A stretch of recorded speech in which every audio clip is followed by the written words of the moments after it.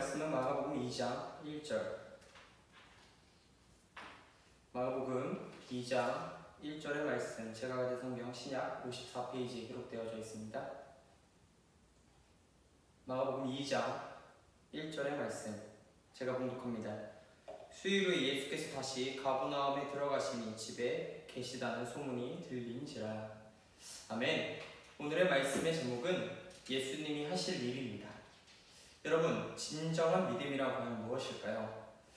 우리는 간혹 큰 일을 앞두고 수능, 건강상의 어려움, 직장에서의 진급, 자격증을 따는 일 등 많은 일들 가운데서 좋은 결과를 가져온다면 그것이 나의 기도를 통한 주님의 역사, 그리고 그것이 나의 믿음에 대한 응답이라고 생각할 때가 많이 있습니다.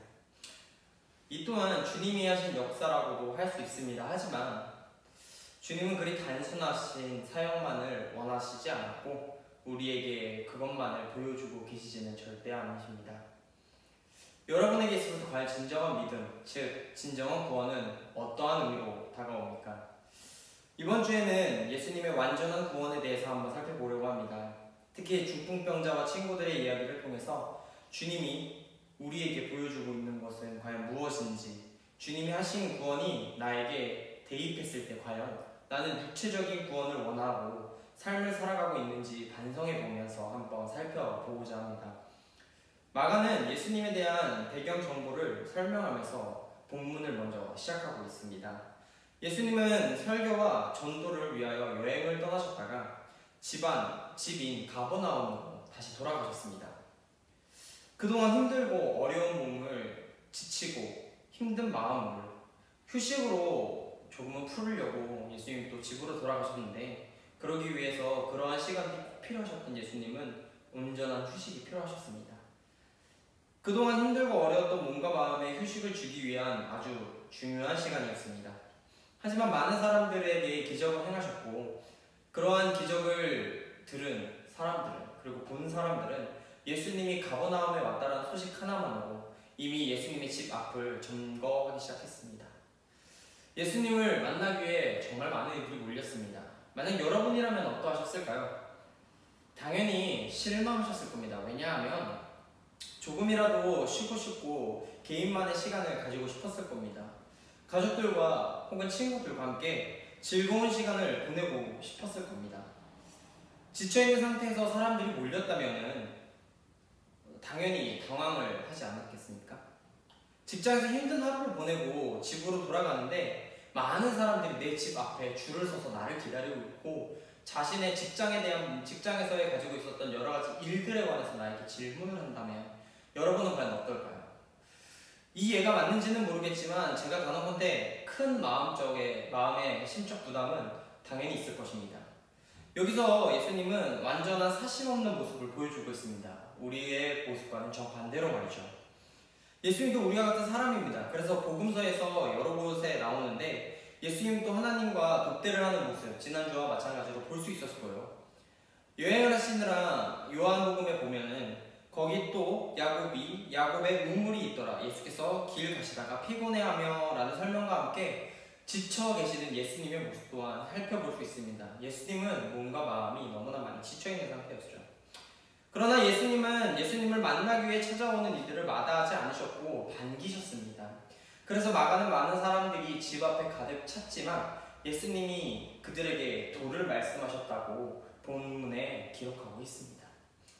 예수님의 집 앞에 모인 사람들은 예수님이 지금까지의 행적을 살펴보면 모인 자들을 그냥 돌려보내지 않으실 거라는 사실을 그들은 잘 알고 있었습니다. 잃어버린 양에게 필요한 것은 관심이자 사랑입니다. 여러분, 그렇죠? 예수님은 그들의 마음을 잘 아시고 잃어버린 양을 대하듯 위로를 해주시려고 했습니다. 여기서 마가는 새로운 등장인물을 소개하고 있습니다. 바로 중풍병자를 예수님께 데려온 친구들입니다.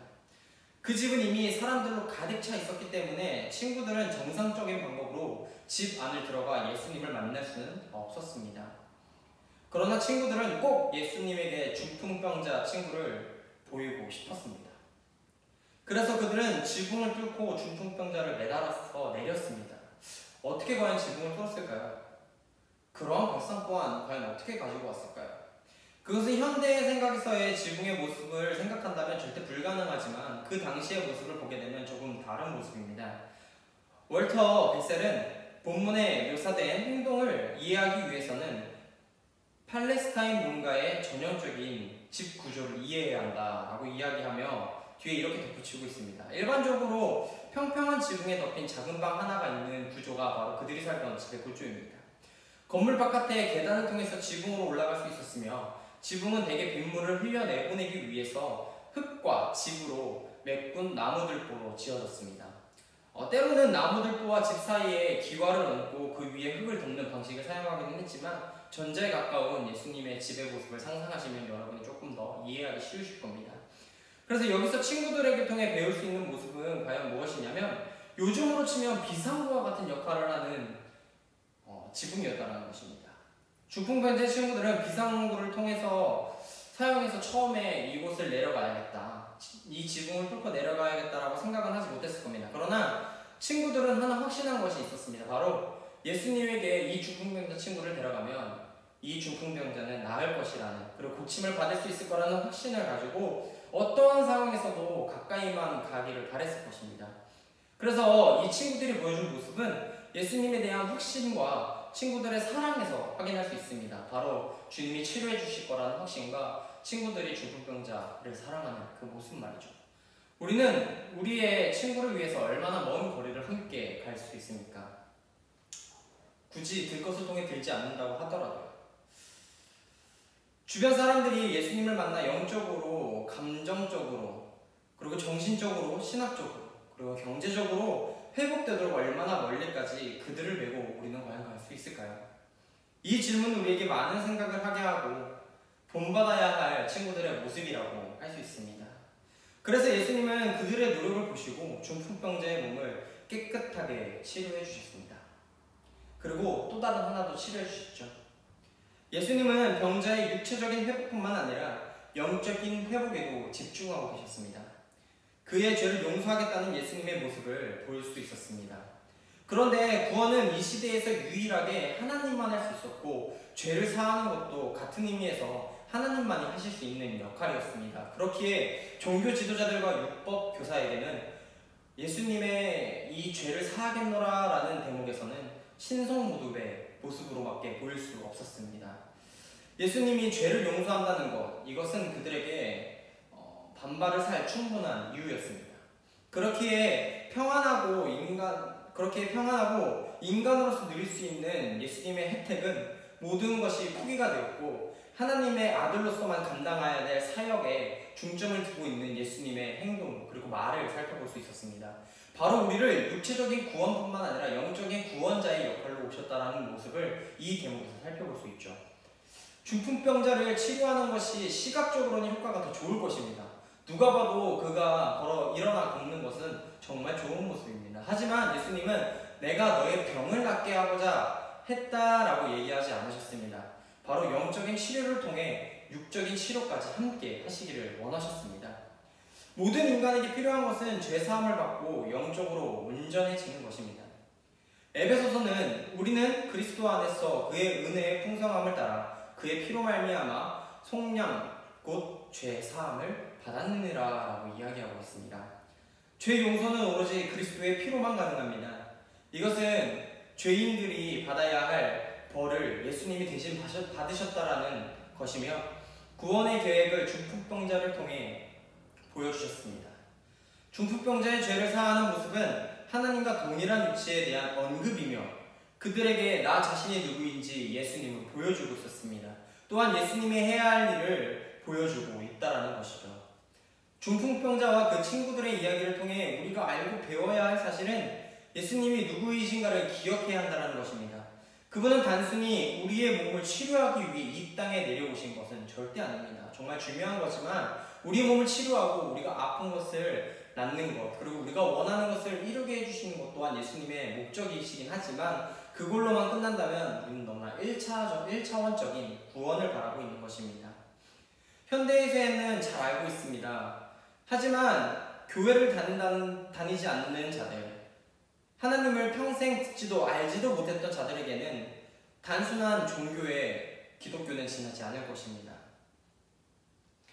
아픈 몸을 치유받는 기적이 그들이 보기에는 큰 역사 같지만 진정한 역사는 그것이 아니라 예수님이 십자가에 달리셨고 그 피로 말미암아 우리가 구원받았다는 사실이 가장 큰 기적이고 구원입니다. 이 사실은 중풍병자와 친구들을 통해서 우리에게 이야기하고 계십니다. 기독교가 단순히 이 세상의 평화와 안위만을 누리고자 하는 종교에 취급받아서는 절대 안 될 것입니다. 이 세상의 평화와 안위를 누리고자 하는 종교로 취급받아서는 그렇기에는 우리가 올바른 모습을 보이고 있다고 할 수 없습니다. 그리스도인이라면 우리의 행동이 더 온전해지려 노력해야 하며 예수님이 하실 일에 기대하고 예수님이 흘리시는 그 피를 조금 더 소중하게 생각하고 상기시키면서 우리는 살아가야만 합니다. 여러분, 한 주간 살아가시면서 우리는 예수님이 하실 일을 기대하고 그분이 행하실 구원의 사역을 우리 또한 감당해서 다른 이웃에게 그리스도의 피의 의미를 정확히 보면서 실천해 보여주시고 살아가시는 여러분이 되셔서 한 주간 예수님이 하실 일을 진정한 구원이 과연 무엇인지 상기하시고 여러분은 그 진정한 구원의 한 역할이 되셔서 여러분에게 하나님의 그리스도의 피가 되시기를 그리고 그리스도의 피가 되어 주님의 올바른 구원을 전달하고 살아가시는 여러분이 되시기를 간절히 기도하겠습니다. 주기도문으로 예배를 마칩니다. 하늘에 계신 우리 아버지여, 이름이 거룩히 여김을 받으시오며 나라가 임하옵시며 뜻이 하늘에서 이루어진 것 같이 땅에서도 이루어지이다. 오늘 우리에게 일용할 양식을 주셨고 우리가 우리에게 죄의 지은 자를 사하여 준 것 같이 우리 죄를 사하여 주옵시고 우리를 시험에 들게 하지 마옵시고 다만 악에서 구하옵소서. 대개 나라와 권세와 영광이 아버지께 영원히 있사옵나이다. 아멘.